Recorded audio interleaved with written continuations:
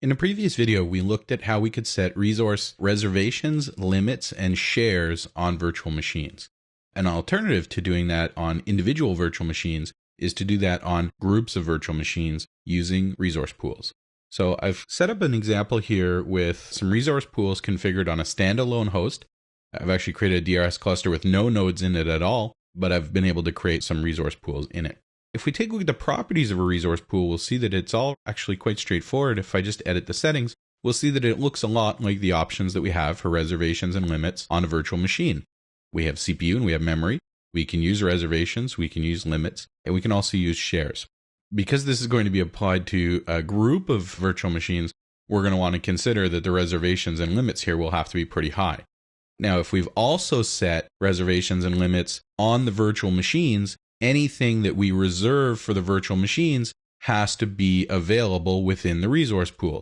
So if I have a limit on the resource pool that's lower than the reservations on the virtual machines in that resource pool, it's not going to work and it's not going to allow us to bring those virtual machines up. Now, depending on whether we're running standalone or whether we're part of a DRS cluster, we may have the option to nest our resource pools together. So if we take a look, actually, let me close this dialog for a second. At the cluster level, I cannot create resource pools inside resource pools, but I can create resource pools in the cluster.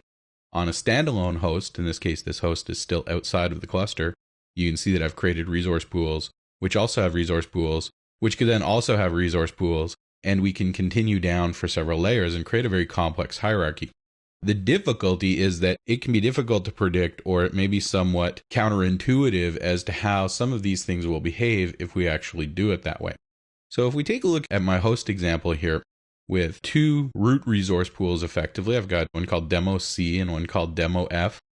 And then I actually have a virtual machine that's not turned on right now, the virtual machine that I'm using for the vSphere data protection videos. If I go into the properties of this virtual machine, we can see that it has the default options. It has normal shares, there's no reservations, there's no limit.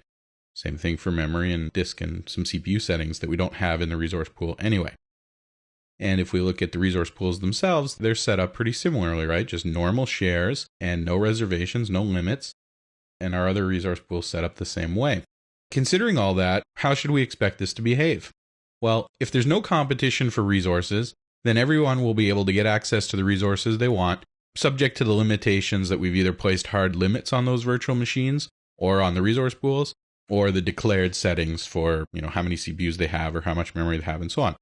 But when competition starts to occur and we don't have enough memory to provide everybody with what they want or enough CPU cores to provide everybody with what they want, then we're going to have to start doing things like swapping and descheduling those virtual machines based on priorities and so on. So the only real way to achieve priority, other than having all of our virtual machines in a flat structure and then assigning shares to them directly, is to start organizing them into pools. So in this case, at the root level, I've got two resource pools in a virtual machine. What we're actually going to see is that this virtual machine is going to get tons of resources because we're actually treating this as an equivalent peer to the virtual machine resource pools as well. So effectively, this virtual machine will get 33% of the resources of that host. Everything running in this pool is going to get 33% of the resources, and everything running in this pool is going to get 33% of the resources.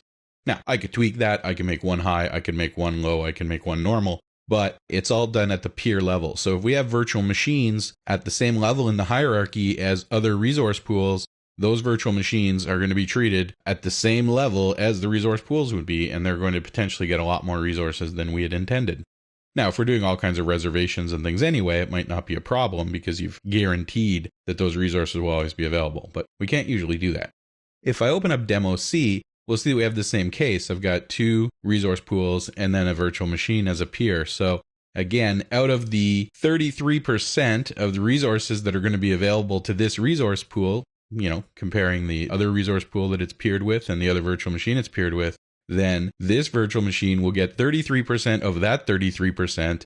Everything in this resource pool will get 33% of that 33%, and everything in this resource pool will get 33% of that 33%.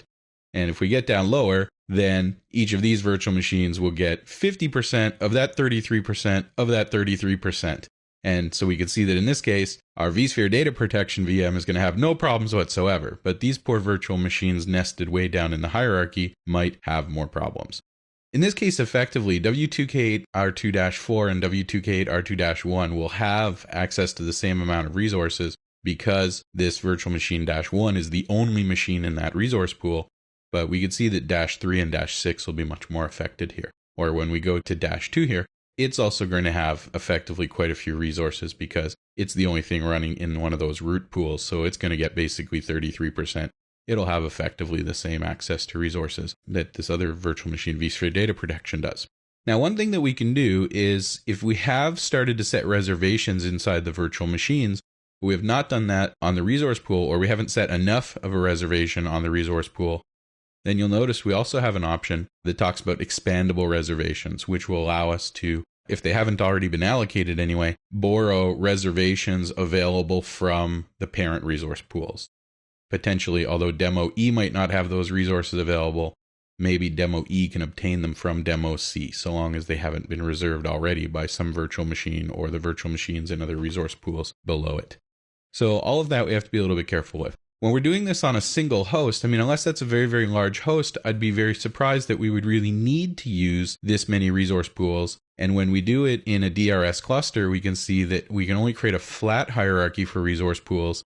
So I think that tells us that going in and doing deeply nested, super complicated resource pools is probably not going to give you a major payoff. But if you have large numbers of small virtual machines, then potentially we might be able to do that. I mean, if you have huge servers and small virtual machines and, big numbers, maybe we could do that. But when we start using resource pools across a cluster, then what we're actually doing is pooling all of the resources of the cluster, and then those resource pools are going to be serviced out of those. And this is going to help guide DRS to help make planning decisions and determine, which virtual machines should be getting priority access to resources. And of course, if there are reservations and limits set up, to help us plan the, most effective placement of virtual machines across all the different hosts in the cluster. With reservations, with limits, we can be very exact and specific about the numbers. And, if we've made a budget charge or a budget transfer for another department saying, we're going to give you exactly X gigabytes of memory and X megahertz of CPU, you could do that. But in general, if we're trying to do things more on a priority basis, then it'll be useful to just say, certain resource pools are high priority, others are normal, others are low, or maybe to start using some of the custom settings that are in there. But you're really going to want to think about, the numbers of machines that are there.